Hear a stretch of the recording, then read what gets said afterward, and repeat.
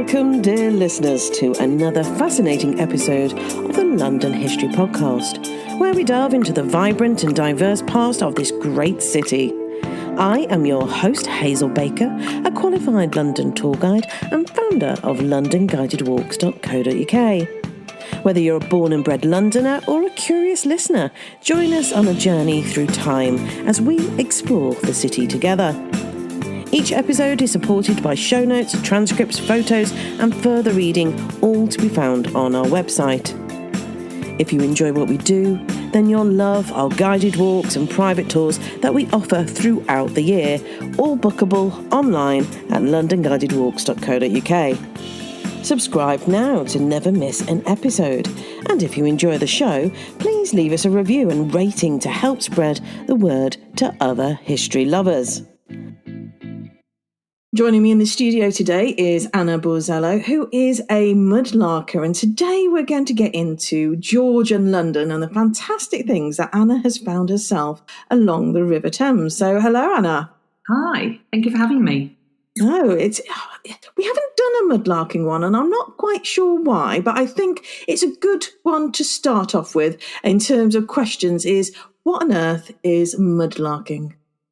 So historically, mudlarks were anyone who went down to the river and they scavenged or searched for objects that might have been lost or dropped or dumped or thrown away or ritually offered sometime in the past, sometime since London was established 2,000 years ago.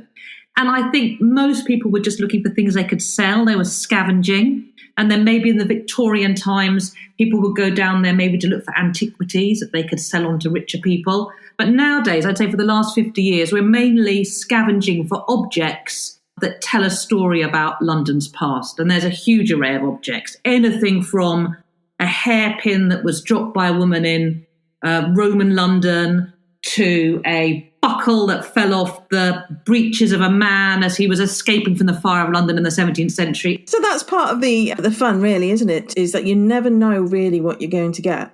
Yeah, it's got this wonderful lucky dip quality. So there is a correlation between what you find on the riverbed or the foreshore and what went on nearby, but it's not exact because there are all sorts of layers and reasons why things will be muddled up. And also the river has its own little sorting pattern. It doesn't sort by intent, it sorts by shape and weight and size. So you might get two little objects which weigh the same right next to each other that are separated by centuries. But there is a sort of rough correlation. I think one way to think about the Thames, I think of it as the heart of London, but also it's a massive archaeological trench filled with water that gets exposed twice a day when the tide goes in and out. It's got to breathe in and out twice a day and reveals its secrets. Oh, that sounds wonderful. It astonished me when I went how quickly the water comes in when you're so immersed in what you're looking for. Yeah, definitely. You have to keep an eye out. I think sometimes people get caught out and you do learn your little pinch points. I've got little areas where I've had to wade through at the last minute, but you do have to try and avoid that because it's not a good idea to get the water police involved. I don't think they'd thank you for that. They had to rescue you. And also it's worth mentioning that nowadays we do need a licence. You absolutely need a licence. You can pay for it from the Port of London Authority, or you could until very recently, because about 2 months ago, they suspended the licences. So at the moment, the best way to go mudlarking is to join one of the tour groups like the Thames Explorer Trust or the Thames Discovery Programme, organise trips, and you can go down with them. And then I think when the Port of London Authority reviews what's going on, they may reopen licences. But I think what had happened was that over lockdown and because of some books that had been written, mudlarking became very popular and it went from a few hundred people to about 4,000 people in a very short period of time. Yeah. And there are certain rules and protocols as well in terms of treasure. And also, you never know what you're going to find. But also, sometimes even if it's in your hand, you don't necessarily know what it is you found. I have a whole memory bank of things that I thought, I won't take that, it's rubbish. And then I've gone about 2 years later, I thought, oh my goodness me, that was like a Jaws harp. That was like a boat hook. I just thought it was rubbish because you have to learn to recognise the patterns. And one way to do that actually is there's a big community on Instagram of which I'm a part, and people share their finds and you get to see what other people have found, and then you think, oh, that's what that looks like. And then in the future, and when you come across something, what it might be. But it's still a process of discovery. You find it, you think, what is this? You research it, and then history is revealed. Fantastic. And we're looking to reveal some history today. You've got a number of pieces that you've found. I'd say it's a show and tell, but with it being an audio podcast, this is going to be a tell and tell. So maybe it's worth describing the article itself without revealing what it is to get listeners a little bit intrigued, and then we can have a reveal. What do you think? That's a very good idea. But I wondered, just before I started, I was thinking about doing this podcast, and I thought, I really wonder what the river was like in Georgian times. I was trying to relate my objects to that. And I suddenly realised just how busy and chaotic and crazy it was, and why there would be so many finds. Because when you think about it, this is a period when England's at the heart of a huge empire. There are all these boats on the river going out to Africa, to America, to Asia. They're going out with manufactured goods, which might get spilled on the foreshore. They're coming back with sugar and tobacco and silks and spices. And then there's no docks at the time, so they're mooring in the water. Then about 3,000 other boats are going back and forth to pick up goods from the boats and bring them back to the foreshore. And then at the same time, there are all these thieves operating and dodging and diving, maybe taking a cut, maybe stuff's being pushed overboard so that someone can sell it and then make a cut with the sailor. And then there's all these ferries going back and forth over the river, because there's only one bridge at the beginning of the Georgian era. And then there's 3 by the end, but they're all in the sort of posher West End. On the East End, there's hardly any. So there's all these ferries going back and forth, and all the passengers waiting for the ferries with all the keys they can drop, and the brooches they might drop, and the cigarette butts the clay pipes that they might drop as well. It's just sort of chaos. And then, of course, there's all the naval officers, and there's even a prison hulk, a hulk on the River Thames right at the end of the Georgian era. And then there's naval shipyards. It's basically...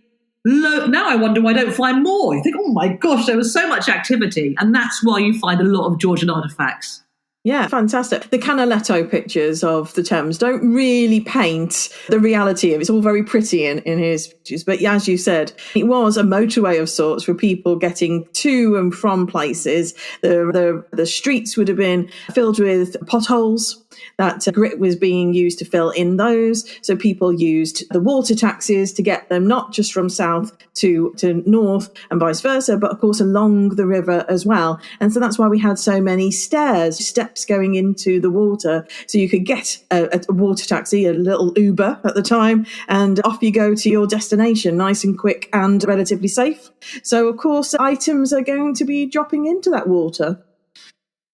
Yeah, I wish I could have seen it. I have to say, it does sound rather magical, thrillingly magical. So what's your first item then, or without saying what it is first, how would you describe this item and what would it be used for? Okay, I'm going to do a sound effect. Ooh. But it's a lot of them. Actually, I think you should shut your eyes and guess what it is, because you're going to see otherwise. Okay, shut your eyes. Tell me what you think this could possibly be. You'll never guess. You sound like it's you're shaking something. I am. Any idea? You couldn't have no idea. It's a cruel thing to ask you. Shall I show you what it is? So what it is about, I don't know. I last counted 3 years ago and I had 13,000 then. It is about 1 inch long. It has a sharpened point at one end. It has a little head on the other, and it is a dress pin. So I have all these address pins that I've picked up from the foreshore one by one. And it is, of course, crazy when you think about it. And it was one of the first things I was shown on the foreshore. I went down there and there was black mud, and this woman bent down and she picked one of these little pins, like the kind of pin you might get in a sewing set now, and made of copper. And she said, oh, look at this, it's a pin. And I thought, why? Why is there a pin in the mud? And of course, as I mentioned, the river sorts by shape and weight. There was actually a whole clump of them. And I became a bit obsessed and began picking them all up. And that's why I've got thousands now. And then, of course, you think, why are there so many pins in the River Thames? So it turns out that pins basically held people's clothes together in England for 600 years. And when they started in the about 13th, 14th century, they were really high-end items. And they were made in small family groups. And it cost a lot of money. I once worked out how many you needed to buy a sheep, and it wasn't that many. It was like only a handful to buy a sheep. There was that sort of equivalence of cost. By the time you get to the Georgian period, previous to that, there'd been this big competition with the French. Constantly, the French made better pins, they had better metal. By the time we get to the 18th century, England is the king of the pin makers. We've got our metal sorted, and most of all, we've moved from like little homes where people are making pins, and there's actually factories of pins. Places like Bristol, Gloucestershire as well, and they're making these pins in a kind of production line that Adam Smith, the famous Georgian economist, used as an example of how the division of labour increased productivity. They were used to be on the back of a £20 note, a pinner's factory. So these pins, and this is what I love about them, when you feel them, they're all sharp. They don't have any part in my life now, but this would have been like the basic fabric of a woman's life in Georgian England. Because she would have been using this, not necessarily for sewing, though she might have used a few for a bit of sewing, mainly to keep together their clothes. So they have a sort of structure, quite a rigid structure beneath of boning. And then on top, they're putting on things like caps and lace and modesty bits of cloth that might cover up their breasts. There's something called a stomacher, which seems to be this triangle that point with the point pointing down between your legs, and you had to attach the cloth to that. They had to carry the pins around with them just in case some fell out. And obviously a lot did fall out because I'm finding them all on the Thames. They were still not cheap at this time. They were still, you didn't have millions of them, and people sometimes would carry a little pin cushion around with them for emergency repairs. Men, in the 17th century, men did use pins too, but by the time you get to the Georgian times, if you were a man of any substance, you're not going to use a pin. You're going to use a button or a buckle instead. And then you moved up. They're much classier. And one of the things I really like about pins is that Byron, who comes in at the end of the Georgian era, he's describing how women are like porcupines and how they're sort of prickly to the touch. And what he's describing is the fact if you grab hold of a woman, I think he did quite a lot of that, they've got pins in them. Pins are sticking out of them. So it's they're such a common object, and yet they're such an ordinary object, so ordinary that they're invisible. And yet this would have been, if you want to imagine Georgian life, these would have been everywhere. They would have been on dressing tables, in clothes. You would have felt them when you moved. And I love that about the fact that the Thames throws up these common objects that help you recreate in your imagination, not just the history of an object, but also how life might have felt or looked back in the day. Yeah, you don't see it in period dramas, do you? You don't see them like repinning something before Mr. Darcy walks into the room or anything. You don't. I actually wrote to a couple of fashion historians a couple of weeks ago, and I asked them, where did they put the pins and everything? Because they are quite hidden from view, and I guess they probably also use them to give shape. It's quite an easy way to give shape if you want to get a tight form. And then just as a matter of interest, in the 19th century, this whole process of making them was mechanised, and women were pushing them into papers to sell on the street, and their value went down. And nowadays they're virtually valueless. They really have not a lot of. I think I worked out it would cost you 250,000 pins to buy one sheet these days, as opposed to the handful in medieval England. I don't know why I got into this whole equivalency with sheep, but it quite bemused me. Anyway, that was my first sort of. It's not just Georgian, but it is. They are. This is the heyday of pin making in Georgian England. And what are they made out of, Anna?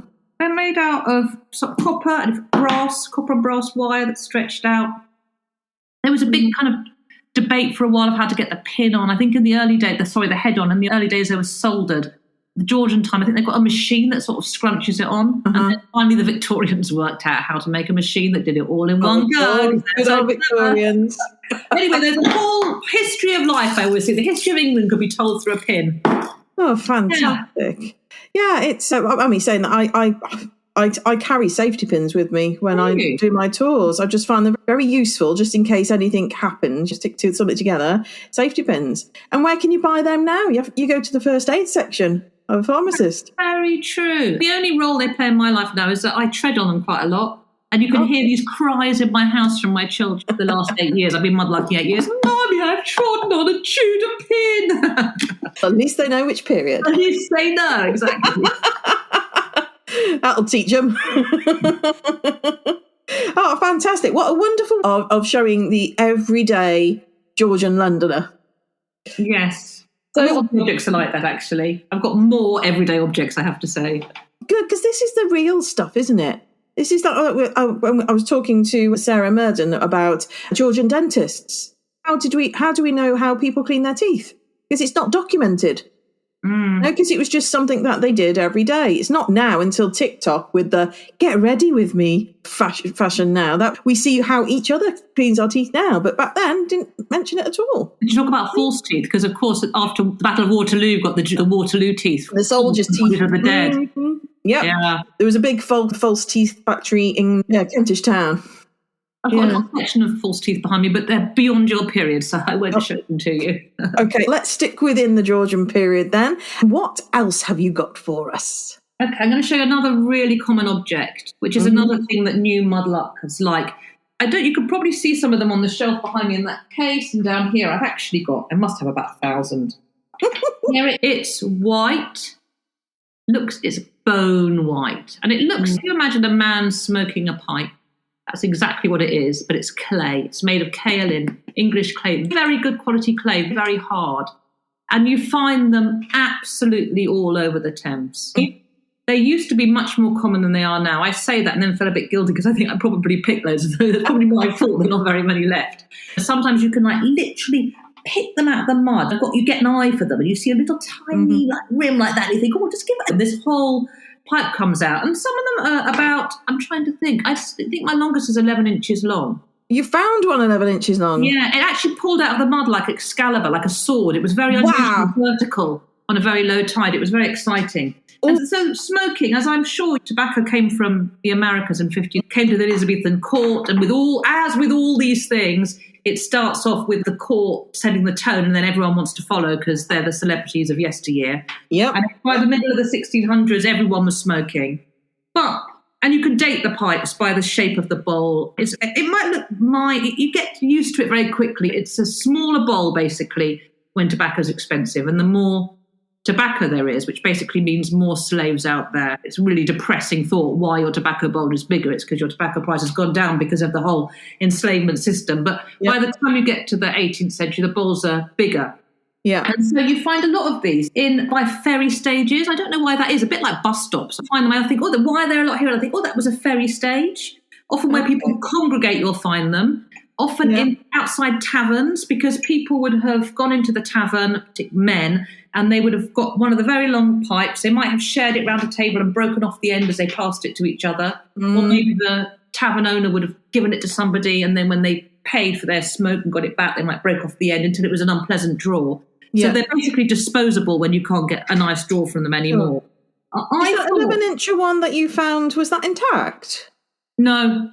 They're even longer, and they're called churchwarden pipes, and they have this absolutely wonderful, delicate bow-like bend in their stem. I've never found a whole one. My friend Nicola White has. If anyone's listening, she's called Tideline Art on Instagram and YouTube. If anyone wants to have a look, she's like a pipe queen, and she finds these very beautiful long ones. Oh, gorgeous. It reminds me of the workmen that are in Hogarth's Beer Street. Yeah. They're sitting there nice and rotund with their tools tucked in their waist. And they've got, of course, a nice tankard of frothy beer. And then he's got a really long pipe in his mouth, which, of course, would have been unusual for working men. You want the shorter, thicker stubs because they're going to last longer.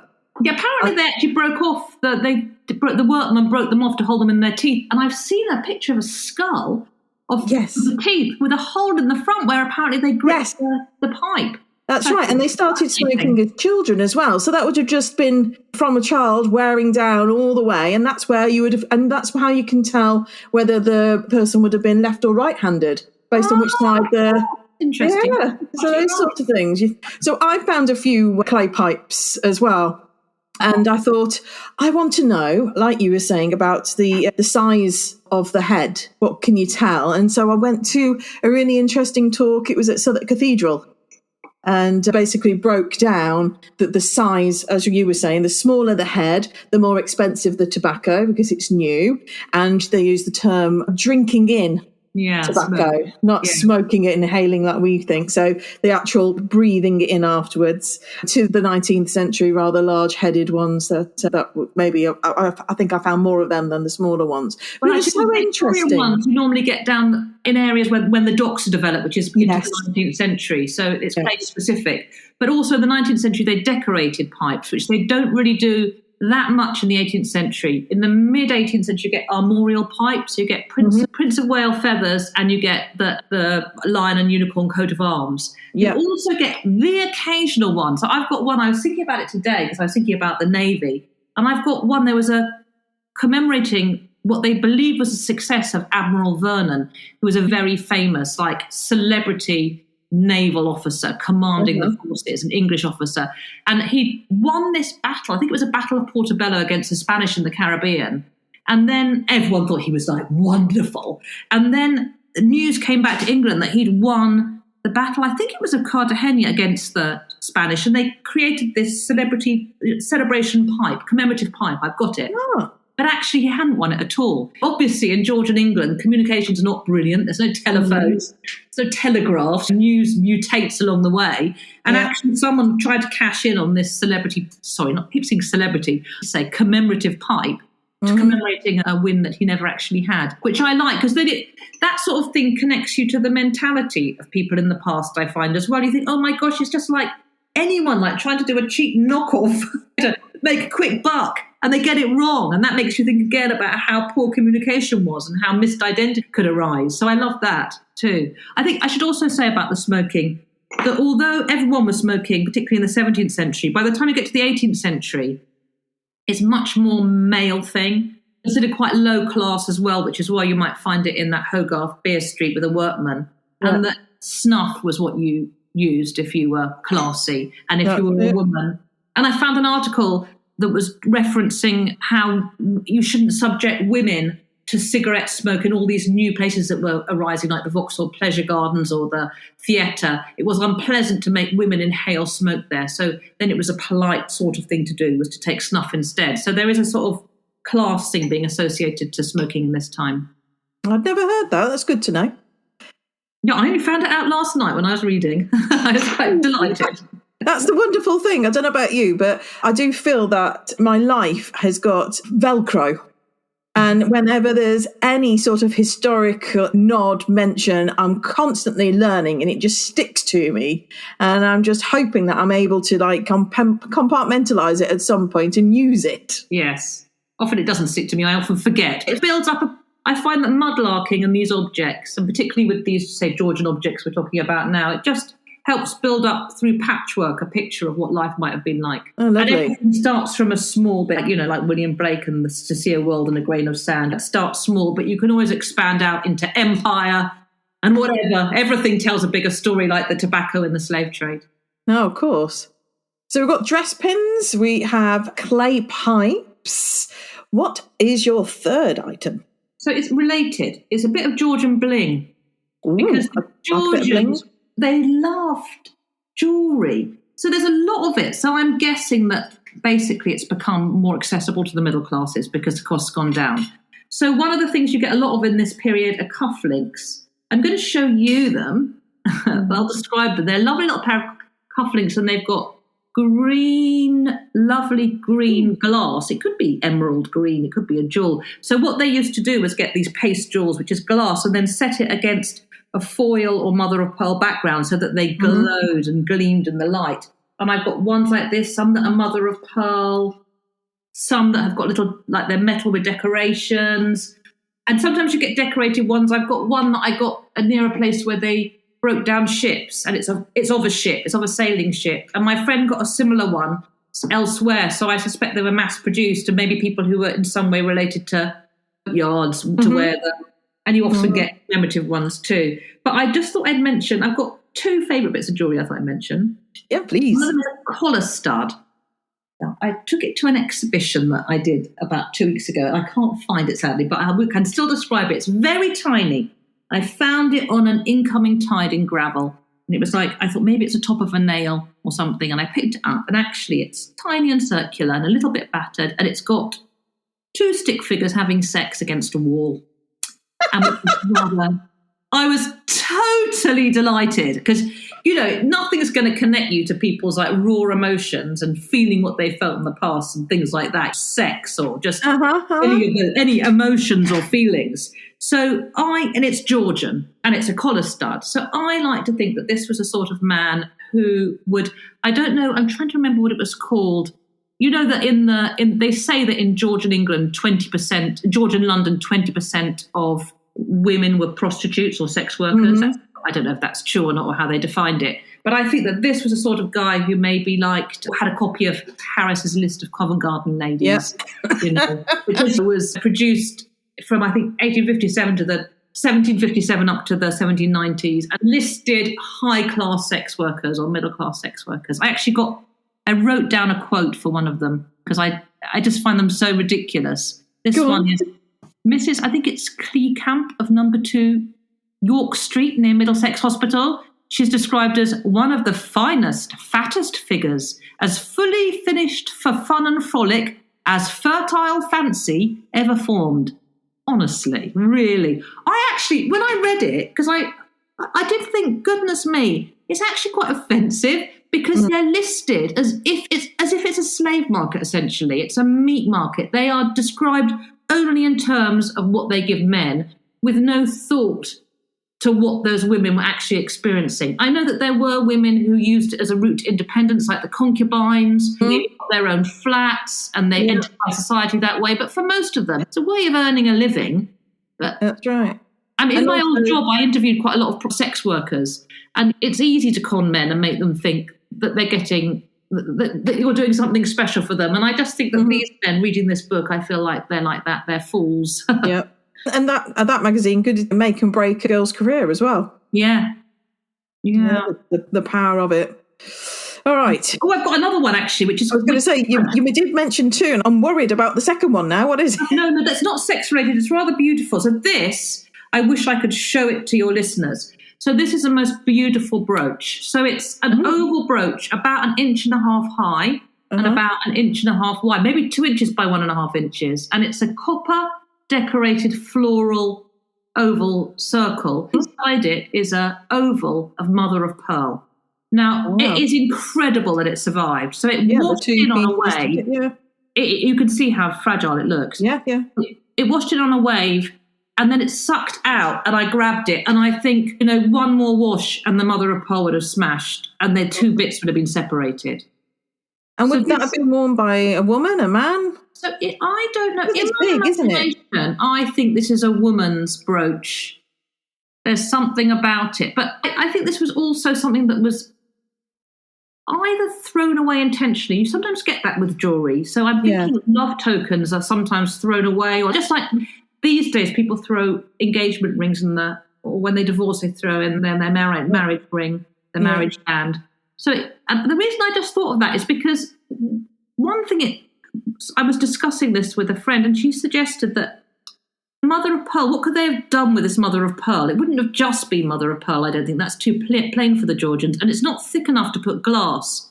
So she wondered if maybe they painted on top of it, because they did paint on top of ivory. And then I looked into miniatures, because there was a big thing about Georgians and miniatures, and also that whole culture that started in the late 18th century, which was started by the then Prince of Wales, and he gave to his lover a picture of his eye, which was painted onto a miniature. And then in return, she gave his eye. And then there was a whole thing for about 40 years after that of people swapping eye brooches or eye, which they might hide, but it was just like a way of basically signalling, I have a little secret bit of you, and no one will know your identity, but I know. And I wonder if it's something like that. That's what I like to think. Extraordinary. And I really love it just because of its fragility. And I just think, well done you for surviving. That's it, with the 2 pieces. I like the idea of the painting on it as well, because there is something about that, as you said, the mother of pearl with that shine. Yeah. To add a nice backdrop to something else. Yeah. My mother's an art historian. She told me of someone in Victoria in the 19th century who apparently painted their breasts rather scandalously onto one of those instead of their eye. Can't remember who it was, but I'd rather like that idea. I don't think there's a brooch big enough for mine. All right, fantastic. I love that story. So what else have we got then, Anna? Let me think. Okay, so I hope I don't run out of finds. I'm sure I won't. You mentioned about the naval cufflinks. Have we got anything other naval?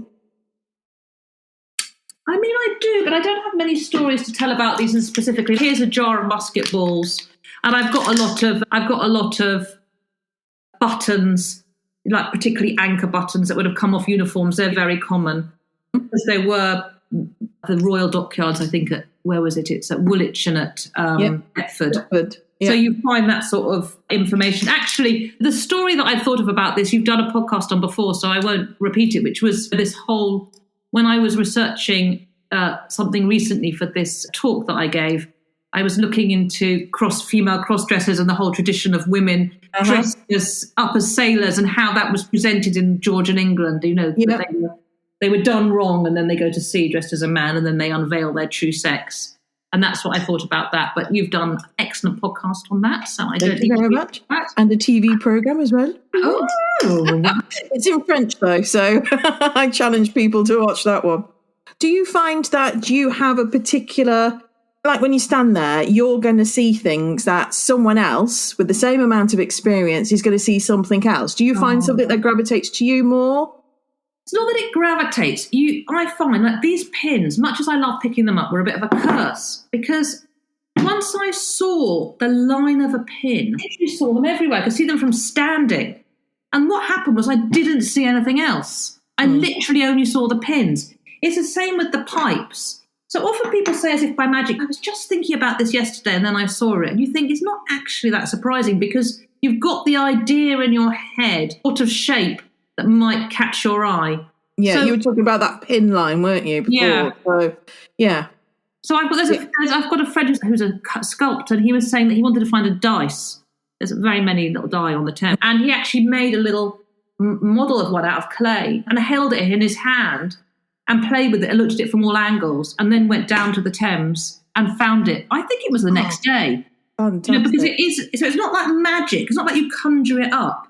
No, but you know what you're looking for. What you're looking for, or have an idea of. I think that there's some objects I don't see very well, and it's because I've got my visual capacity to rotate shapes in my head isn't very high. So I've noticed that architects, engineers, and artists are very good because they see a sliver and they can flip it and they can imagine what it looks like. For me, it just resolutely stays in that spot. I have to pull it out and have a look first.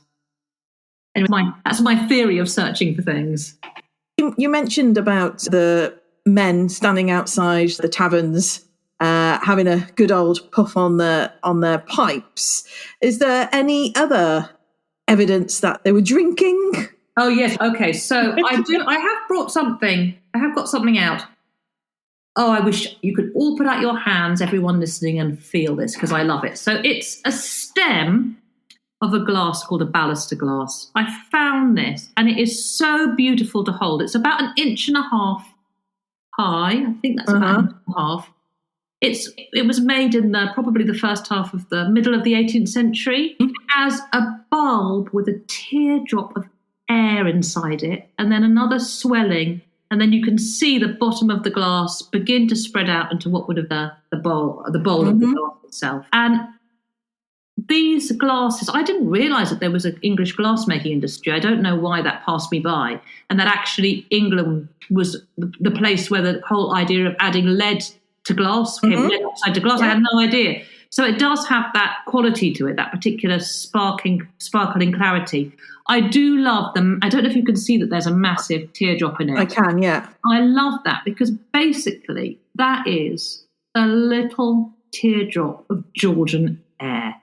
And were I to smash it on the ground, which I'm not going to do, there'd be a little and for 1 minute, for 1 second or so, that gentleman's breath or whatever it was who blew this glass would exist in the world in the 21st century before it dissipated. So it's got that sort of magical time capsule quality. Well, now, I believe that at this time it could have been a wine glass, but they also used these about this size, a smaller one, for gin glasses. Okay. And that's why I thought I'd mention it because, of course, in the first half of the Georgian period, it was the gin craze. It was introduced. I think they were trying to get rid of French brandy at the end of the 17th century because they just didn't, no one liked the French, and they wanted to stimulate the use of domestic use of grain. So that, so basically there was unfettered use of grain to make alcohol, gin, cheap, quality, potent alcohol, and anyone could make it, and everybody did make it, and it was adulterated and disgusting, and it had terps in it, and it just made people ill and crazy and addicted. It was like crack cocaine or like opiate epidemic. It was terrible. And actually what I have noticed is people called it Mother's Rune, and there's this whole how it made women abandon their children, and there's this famous Hogarth picture where there's a baby coming to its death and another baby on a spike. I did actually think, I don't see why women are getting all the blame. I'm sure a lot of women did drink, but I'm sure a lot of men drank. It's terribly unfair to me that all the sort of moral censure was going on women. As ever, 'twas ever thus, that women get blamed.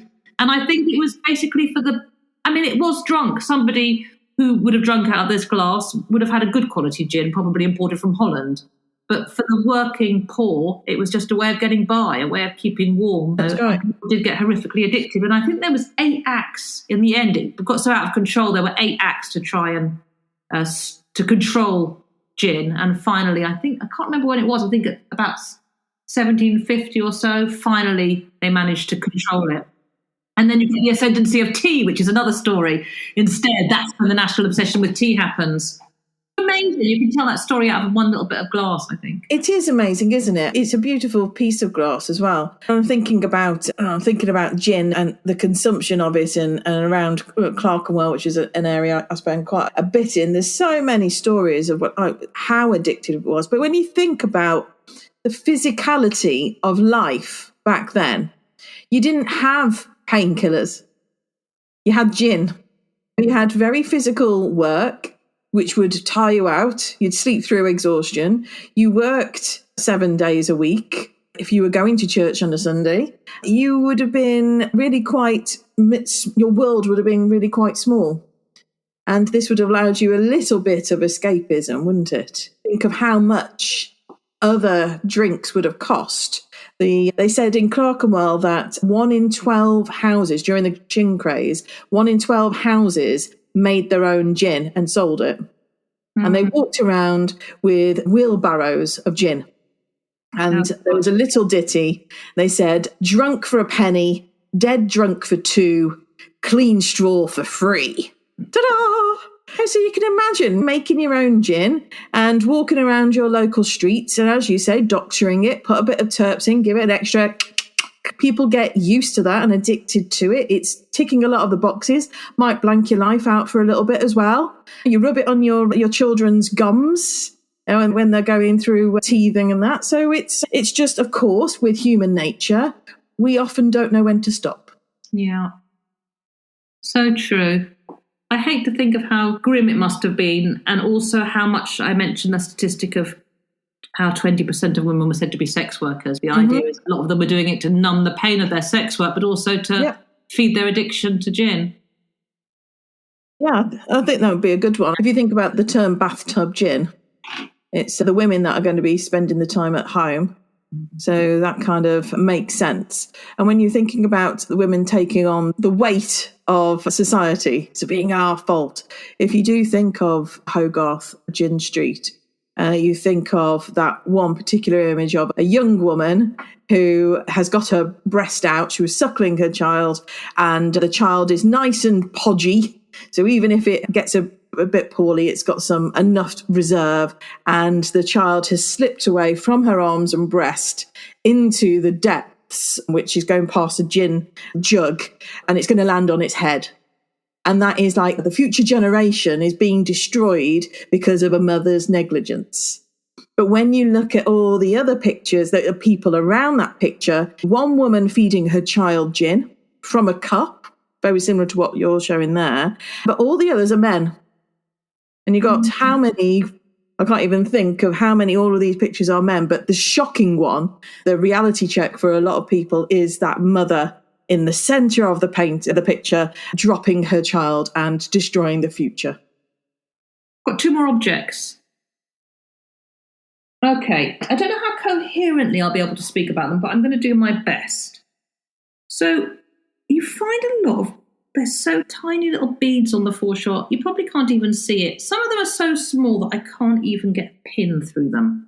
Some of them are the size of a pinhead. I actually find them really annoying because my eyesight's not good. You think, oh, and they always end up getting hoovered in my house.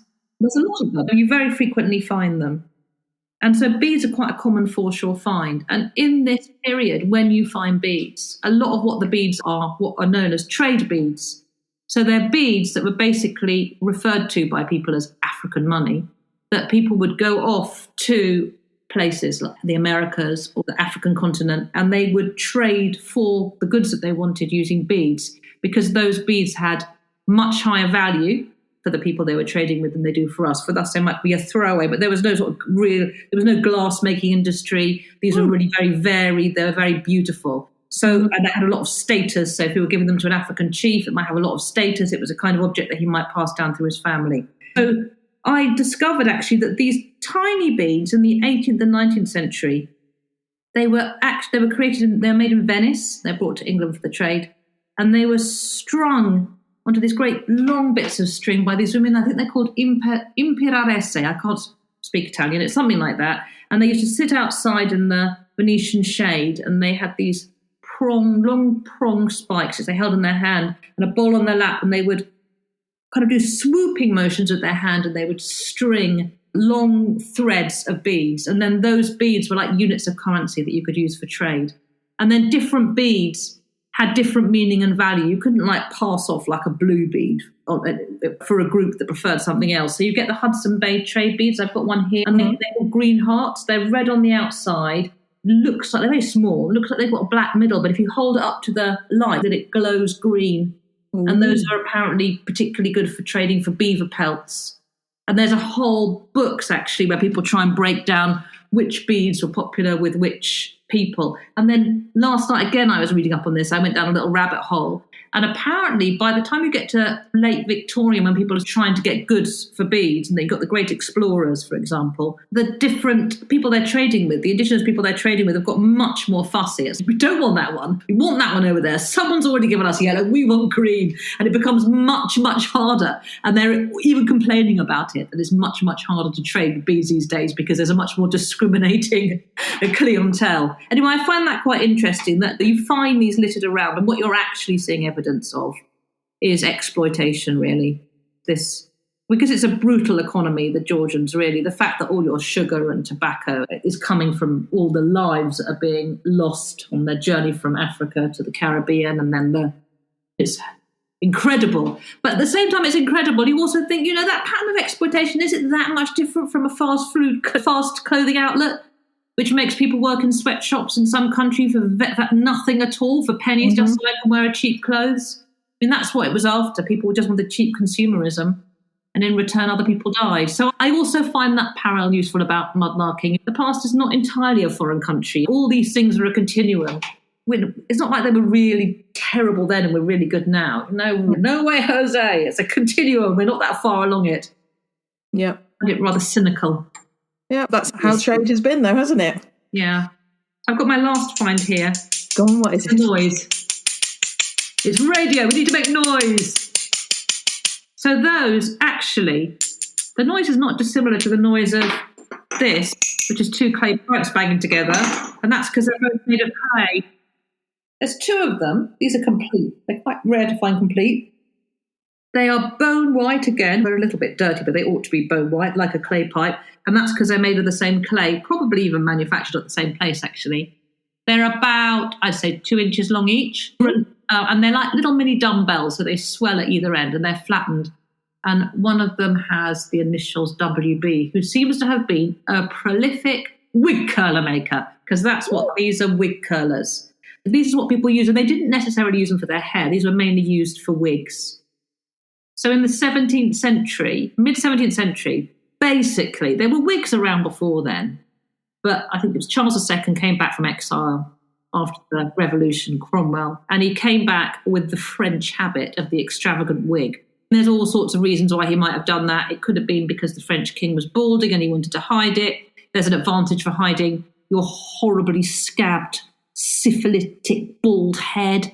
There's an advantage for actually shaving your head and then putting a wig on so you don't feel the nits. And if you do get nits, you can take it to the wig cleaner and they can get rid of it for you. You could just remove your hair.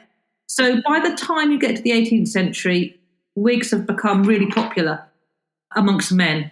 Actually, quite throughout society. They're not just for the very rich anymore. The middling classes are using them as well. Women do have extravagant hairstyles and they do tower high, but they tend to tease their hair in with fake hair and fake flowers. They make these big constructions. These are literally whole hair pieces that you can take off. Your valet would get them, and everyone wants ringlets. Who wants straight hair? So your valet would get your wig, and he would wind the hair around the heated wig curler to set the curls. I've also heard that they would then boil the wig when the hair was wound around it. Boil it to heat it up. I don't know what happens to boiled hair. Some of it's human hair. I know that in the 17th century, Samuel Pepys at one point in the 17th century got very annoyed because he thought his wig maker might have been using the hair of plague victims, and that freaked him out a little bit. I assume, just like today, when there's this whole question about the exploitation of women in India, perhaps they were using poor people's hair too, or the hair of the dead. Also animal hair if you didn't have that much money. And because these were really expensive. We're talking like a minimum a week's wages for a good wig, for a reasonably good wig. Anyway, you'd wind it, boil it. The other thing they'd do is they'd get the wig all paired up with the curls wound around these wig curlers for the curls, and then put it into a pie, essentially, like a pot, put a crust over it and give it to the baker who put it in the oven, and the heat would set the curls. Presumably it wouldn't frazzle it because it was inside the cake, and that would protect it from the kind of naked burning. I don't know. I'm assuming that's how they said they set the curls anyway. What I do also, I have to mention that women sometimes have pink or blue powder on their hair. So you had white and grey powder going on, and also a bit of a pong, because you'd have pomades and oils. I read somewhere that the added weight of all the sort of dusty powder, which was made from flour, and also the oils could add up to a kilo of weight on top of the wig. So these were not easy things to wear at all times, and men were wearing them. And then at the end of the 18th century, you get the macaronis. And they're the precursors of the dandy. They're these men with these ridiculous towering wigs and very sort of foppish behaviour and beautiful clothes. And they get their name, which I didn't know.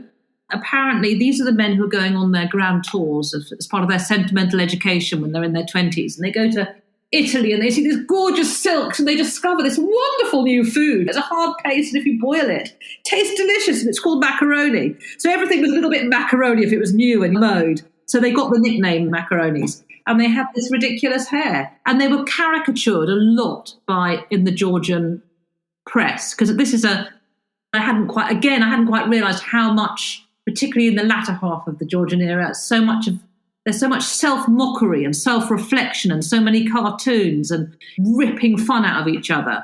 And the macaronis were definitely, people thought they were totally ridiculous, essentially. And did you know where the white dust for the wigs was made in London? No. Turnmill Street. Oh, how interesting. Yes, using the wheels for water power from the River Fleet. Oh, how interesting. There you go, see?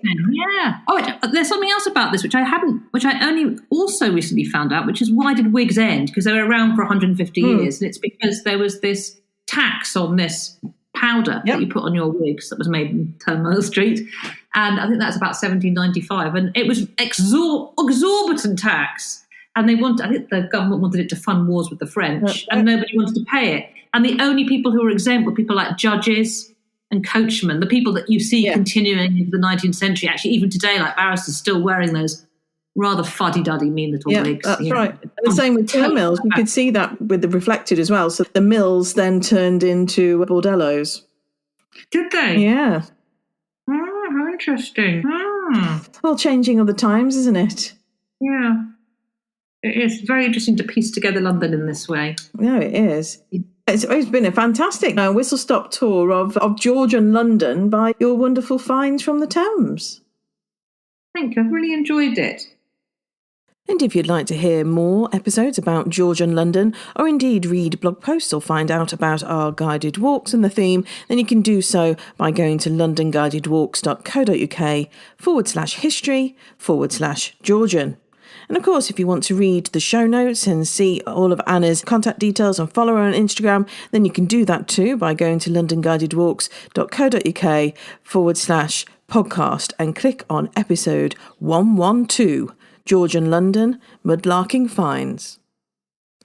That's all for now. Until next time.